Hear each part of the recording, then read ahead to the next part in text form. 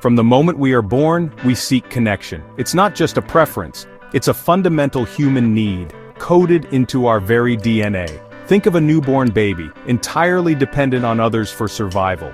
Their cries, their smiles, and their searching gaze are all powerful tools designed to form a bond with a caregiver. This initial relationship is the first and most critical connection we make, laying the foundation for all future social interactions. Our brains are built to connect with others, to understand their feelings, and to work together. This social wiring has been the key to our species' survival for millennia, allowing us to cooperate, protect each other, and build complex societies that no single individual could create alone. This deep-seated need for belonging doesn't fade as we grow older. It follows us through every stage of life, shaping our experiences and influencing our well-being. From childhood friendships on the playground to professional collaborations in the workplace, our lives are a tapestry woven from the threads of our relationships. We celebrate our greatest joys with others and seek their comfort during our most difficult times. The feeling of being seen, heard, and valued by another person is a powerful affirmation of our own existence. It reminds us that we are not alone in our journey. This instinct to form tribes, families, and communities is as essential to our nature as the need for food, water, and shelter. The modern world often celebrates independence and self-reliance, suggesting that the ultimate goal is to stand alone, strong, and self-sufficient. While independence is a valuable quality, it's only part of the human story. A life lived in complete isolation, no matter how successful by external measures, often feels empty and unfulfilling. We are social creatures by design, and denying this core aspect of our humanity comes at a great cost. The myth of the lone wolf who thrives in solitude is just that, a myth. In reality, even the most introverted among us need at least a few trusted connections to feel whole. Our well-being is not found in a state of separation, but in the healthy balance between our own autonomy and our interdependence with others. Understanding this innate drive is the first step toward intentionally cultivating a richer social life. It requires us to shift our perspective from seeing relationships as a pleasant accessory to recognizing them as the very foundation of a happy and healthy existence. When we accept that we are wired for connection, we can begin to prioritize our relationships with the same seriousness we apply to our physical health or our careers. It's not a sign of weakness to need other people, it's a sign of being human. Nurturing our connections is not a distraction from our goals, but is, in fact, the most direct path to achieving a life filled with meaning, resilience, and joy. For over 85 years, the Harvard study of adult development has tracked the lives of the same individuals, asking a simple but profound question: what truly keeps people happy and healthy as they go through life? We have studied hundreds of people from their teenage years all the way into their old age, collecting data on their physical health, their mental well-being, and their personal experiences. We have analyzed their blood, scanned their brains, and listened to their deepest concerns. After decades of research, the most important finding is surprisingly clear. It is not wealth, fame, or professional achievement that leads to a good life. The clearest message we get from this long-term study is this: good relationships keep us happier, healthier, and help us live longer. The evidence is powerful and consistent. We found that people who were more socially connected to family, friends, and community were physically healthier and lived longer than people who were less well connected. Their bodies seemed to age more slowly. For example, individuals in their 80s who felt they could truly count on another person in times of need had sharper memories and better cognitive function than those who felt alone. The quality of our relationships acts as a powerful protector for both our bodies and our brains. This isn't just about feeling good, it's about a measurable biological impact that good connections have on our long-term health and vitality. Conversely, the study showed that loneliness is toxic. People who were more isolated than they wanted to be from others found that their health declined earlier in midlife, their brain functioning declined sooner, and they lived shorter lives than people who were not lonely. It's important to note that you can be lonely in a crowd and you can be lonely in a marriage. So it's not just about the number of friends you have. It is the quality of your close relationships that matters. High-conflict marriages, for instance, without much affection, turned out to be very bad for our health, perhaps even worse than getting divorced. Living in the midst of warm, supportive relationships is protective. The key takeaway is that our relationships act as regulators for our emotional and physical systems. When we face a challenge or a stressful event, having someone to turn to helps our bodies and brains calm down more quickly. The feeling of being securely connected helps us recover from life's slings and arrows. This protective effect is not something that happens overnight. It is built up over a lifetime through small, everyday interactions. The people who invested in relationships with family, with friends, and with community ended up being the happiest and healthiest participants in our study. The good life is built with good relationships. While our need for connection is timeless, our modern world has created new challenges that often push us apart. We are living through a global epidemic of loneliness, a silent affliction that impacts people of all ages and backgrounds.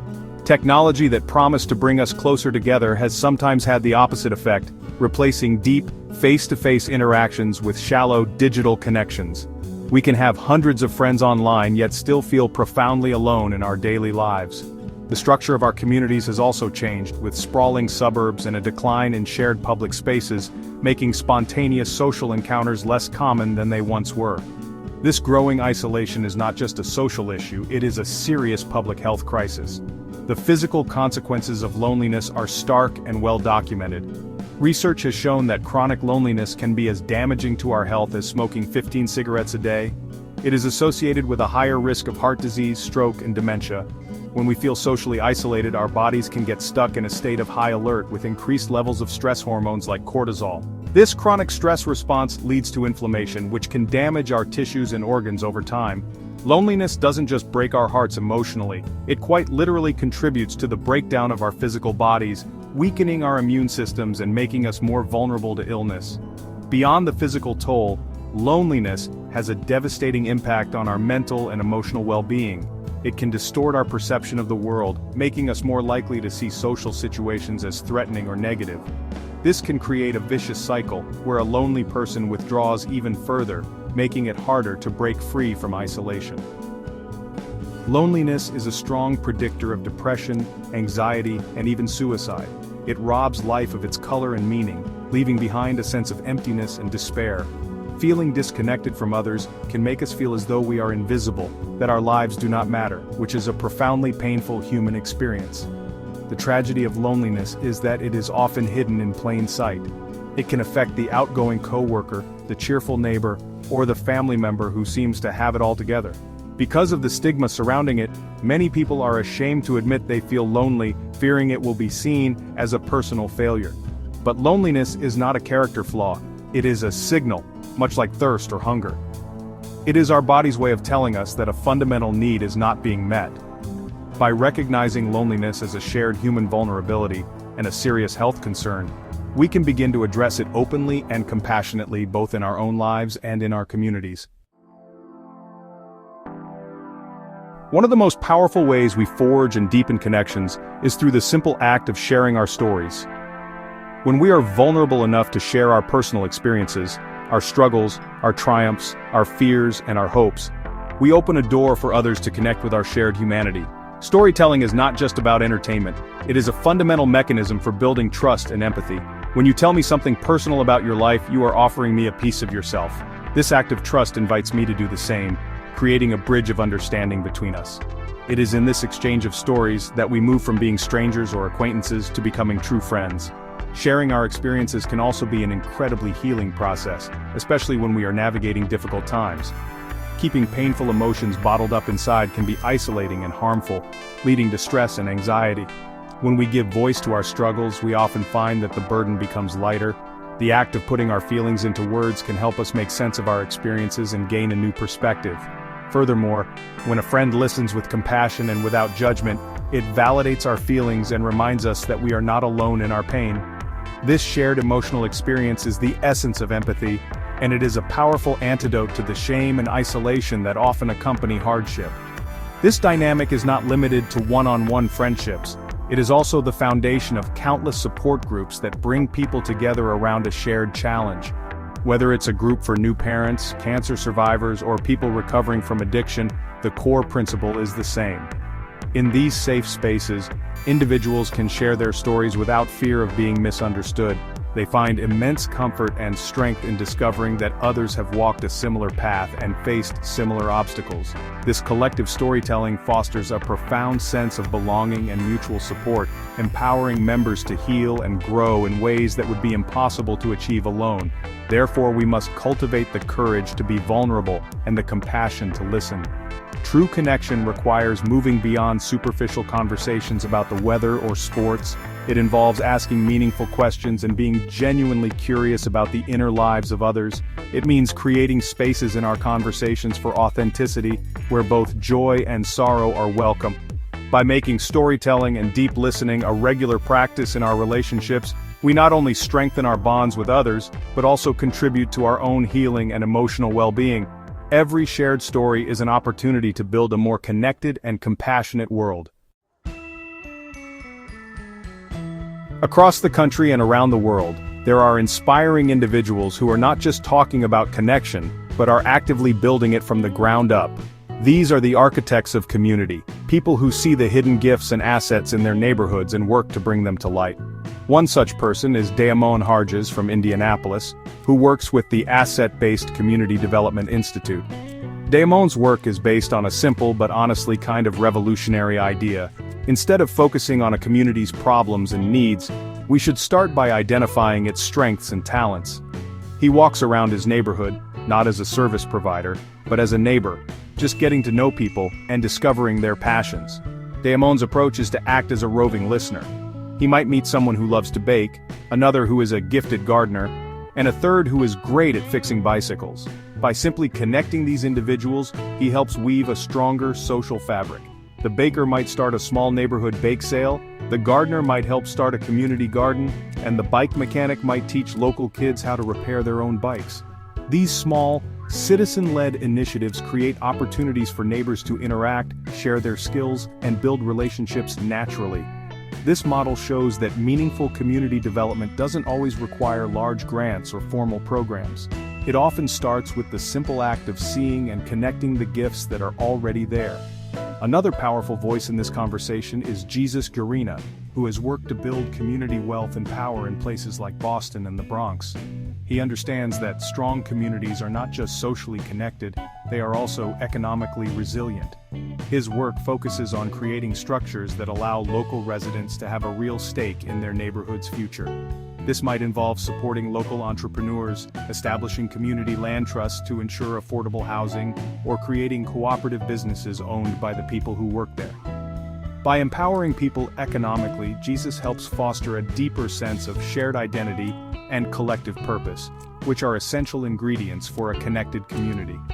These leaders, Damon Harges, Jesus Garina, and honestly, countless others like them, teach us a vital lesson. They show us that building connection is an active, creative process. It requires us to shift our mindset from being passive consumers of services to being active co-creators of our communities. As the director of the Harvard study, I see their work as the real-world application of our research findings. They are demonstrating in practice that investing in relationships and social infrastructure is the most effective way to improve health, happiness, and overall well-being. Their work provides a hopeful and practical blueprint for how we can all become architects of connection in our own neighborhoods. Building and maintaining strong relationships is not a passive activity. It is an active practice that requires skill, attention, and intention. Like any skill, it can be learned and improved over time. The good news is that it doesn't require grand, dramatic gestures. The foundation of a connected life is built through small, consistent efforts in our daily interactions. One of the most fundamental and often overlooked skills is the art of deep listening. This means giving someone your full, undivided attention, putting away your phone, and truly hearing what they are saying, both with their words and their emotions. It involves listening not to reply, but to understand. Another simple yet powerful practice is to cultivate curiosity. Instead of sticking to superficial topics, we can ask open-ended questions that invite deeper reflection and sharing. Questions like, "What's been on your mind lately?" or "What was the best part of your week?" can open the door to more meaningful conversations than a simple, "How are you?" This curiosity shows others that we are genuinely interested in their lives and their experiences. It makes them feel seen and valued. When we approach our interactions with a sense of wonder about the person in front of us, we create the potential for a much richer and more authentic connection to form between us. Gratitude is another essential practice for nurturing relationships. Actively noticing and expressing appreciation for the people in our lives can transform our connections. This can be as simple as a heartfelt thank you for a small kindness, or it could be a more deliberate act, like writing a letter to someone who has made a difference in your life. Expressing gratitude not only makes the other person feel good, but also strengthens our own positive feelings toward them. It helps us focus on what is good in our relationships rather than taking them for granted. Similarly, the practice of forgiveness, letting go of grudges and resentments, is crucial for the long-term health of any relationship, freeing us from the weight of past hurts. Finally, shared activities are a powerful way to build and sustain bonds. Finding a hobby or interest to enjoy with others, whether it's joining a book club, playing on a sports team, volunteering for a cause, or simply taking regular walks with a friend, creates a natural context for connection. These shared experiences provide a steady rhythm of interaction and create a bank of positive memories to draw upon. They give us something to look forward to and a reason to consistently make time for each other. By incorporating these small practices, listening, curiosity, gratitude, forgiveness, and shared activities, into our daily lives, we can actively tend to the garden of our relationships and watch them flourish. In our increasingly polarized world, it can be tempting to retreat into bubbles of like-minded people. We surround ourselves with those who share our beliefs, our backgrounds, and our worldviews. While this can provide a sense of comfort and belonging, it can also lead to deeper divisions in our society. The true test of a connected community is its ability to bridge these divides and find strength in its diversity. This begins with the fundamental practice of seeing the humanity and dignity in every single person, especially those with whom we disagree. It requires us to look past labels and ideologies and connect with the individual human being standing before us.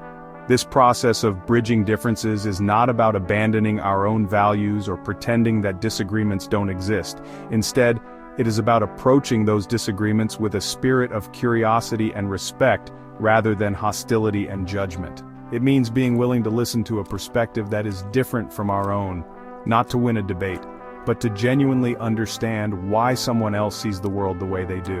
This kind of dialogue requires patience, humility, and a commitment to finding common ground, no matter how small. It is often in these difficult conversations that the most profound connections can be made, as we learn to see the world through another's eyes. There are many examples of people and organizations doing this difficult but essential work. Groups that facilitate dialogues between people from different political, religious, or racial backgrounds create spaces where stereotypes can be broken down and replaced with personal stories. When a person is no longer an abstract representative of a group we dislike, but an individual with a name, a family, and a life story, it becomes much harder to hold on to prejudice. These encounters remind us that we share a common humanity. We all want safety for our families, purpose in our lives, and a better future for our children. Focusing on these shared aspirations can build a foundation of trust. Building these bridges strengthens the entire community. A society that is capable of holding diverse perspectives with respect is more resilient, more creative, and better equipped to solve complex problems.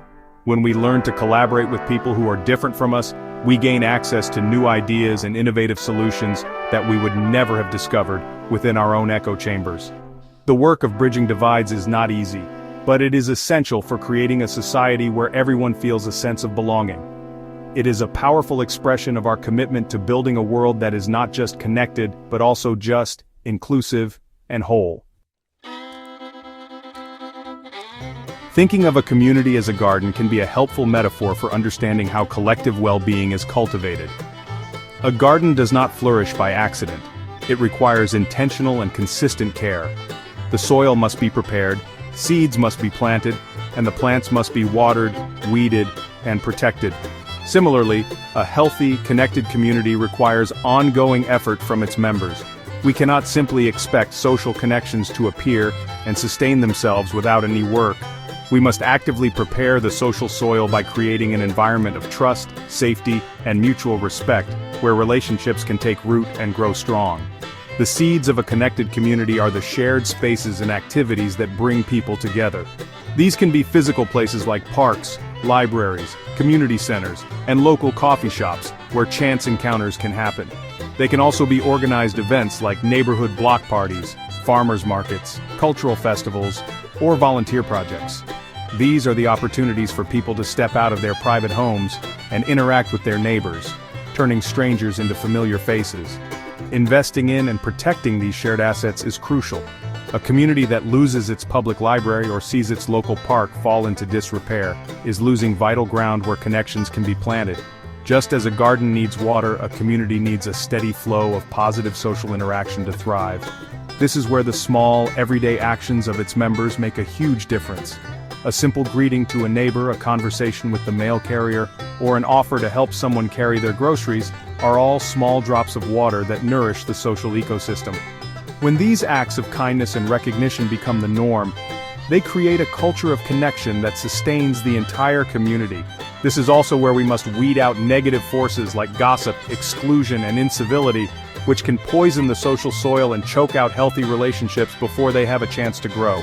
Ultimately, the harvest of this well-tended community garden is a profound sense of collective well-being.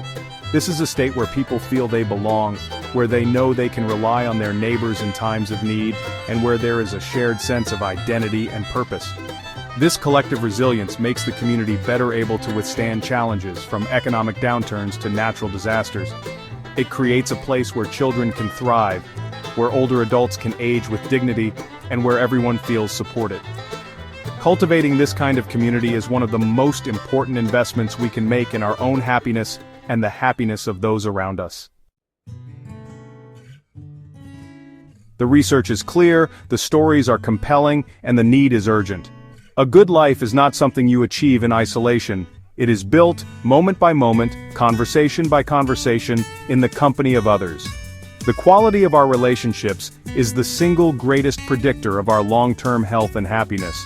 We have seen how connection protects our brains and bodies, how loneliness can be a poison, and how sharing our stories can heal us. We have learned from the architects of community that we all have the power to strengthen the social fabric around us. The question now is not what we know, but what we will do with this knowledge. This is your invitation to take a small step today. The journey to a more connected life does not require a dramatic overhaul of your existence. It begins with a simple, intentional choice. Choose to put your phone away during dinner and give your full attention to the person across the table. Choose to text a friend you haven't spoken to in a while, just to let them know you're thinking of them. Choose to learn the name of the barista who makes your coffee every morning. Choose to ask a coworker a question about their life outside of work and listen with genuine curiosity to their answer. These actions may seem small, but they are the building blocks of strong relationships. I encourage you to conduct a small experiment in your own life. Think of one relationship you would like to improve, with a partner, a child, a sibling, or a friend. For the next week, dedicate just a few minutes each day to actively investing in that connection. Reach out, listen deeply, express gratitude, or suggest a shared activity. Pay attention to how it feels, both for you and for the other person. Notice the small shifts in your mood and your sense of well-being. The findings from our 85-year study suggest that this investment, more than any other, will pay dividends in your happiness and health for years to come. The world is hungry for more connection, and the change begins with each of us. By tending to our own relationships, we create ripples of warmth and well-being that extend outward into our communities and beyond. You do not need to wait for someone else to act. You can be an architect of connection in your own life, starting right now. The good life is calling to you. It is a life built on the foundation of love, belonging, and authentic human connection. Answer that call. Take one small step today, and then another tomorrow. Your future self will thank you for it.